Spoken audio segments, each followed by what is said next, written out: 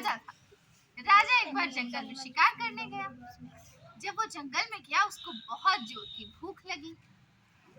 उसको एक चिड़िया दिखी। वो सोचा मैं इस चिड़िया को खा लूं। लेकिन तभी उस चिड़िया ने बताया मुझे मत मारना, मुझे अगर खाओगे तो तुम्हारे कान हाथी जैसे हो जाएंगे, बड़े बड़े। लेकिन राजा को तो भूख लगी थी, वो उसकी बात कहाँ से माने। वो चिड़िया को मार दिया और खा लिया। जैसे उसने चिड़िया को खाया उसके कान ये बड़े बड़े हाथी जैसे हो गए। अब क्या करे, अपना कान छुपाते छुपाते किसी तरह अपने घर चला आया। घर से बाहर नहीं निकल रहा था क्योंकि मान लो सब लोग उसका कान देखते इतने बड़े बड़े हाथी जैसे, तो उसकी बेइज्जती नहीं हो जाती ना। फिर अब क्या करे, धीरे धीरे उसके बाल बढ़ने लगे, उसकी मूछें भी बड़ी बड़ी हो गई। अब उसको जरूरत थी नाई की, नाई आता तभी ना काटता उसके बाल। नाई को बुलाया। नाई जैसे उसका बाल काटने जा रहा है देख रहा उसके ये बड़े बड़े कान। नाई ने कहा ये क्या है, वो डर गया। राजा ने कहा चुपचाप रहो और किसी को ये बात बताना मत, बस तुम मेरे बाल काटो और यहाँ से दफा हो जाओ, कभी यहाँ दिखना मत। नाई बोला ठीक है, और वो डर भी गया। तो बाल काट के चला तो गया, लेकिन उसके पेट में ये बात पच नहीं रही थी।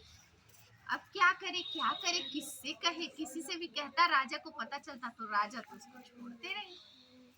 फिर वो गया जंगल में एक पेड़ से बोला हाथी जैसे कान राजा के, हाथी जैसे कान, कहना मेरा मान राजा के, हाथी जैसे कान।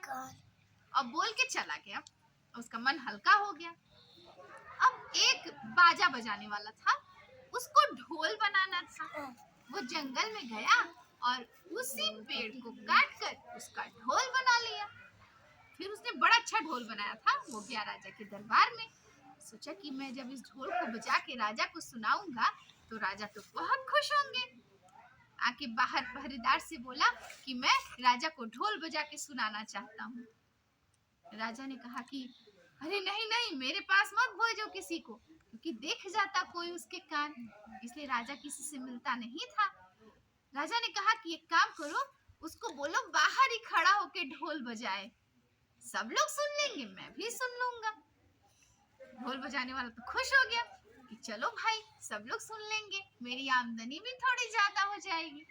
जैसे ही वो ढोल बजाना शुरू किया, उसी पेड़ का ढोल था, तो ढोल से आवाज क्या आ रही थी, हाथी जैसे कान राजा के, हाथी जैसे कान, कहना मेरा मान राजा के, हाथी जैसे कान। राजा तो ये यार बबूला हो गया, उसको बुलाया अपने पास, बोला कि तुम्हें ये बात किसने बताई, तुम्हारे ढोल से ये आवाज कैसे आ रही है।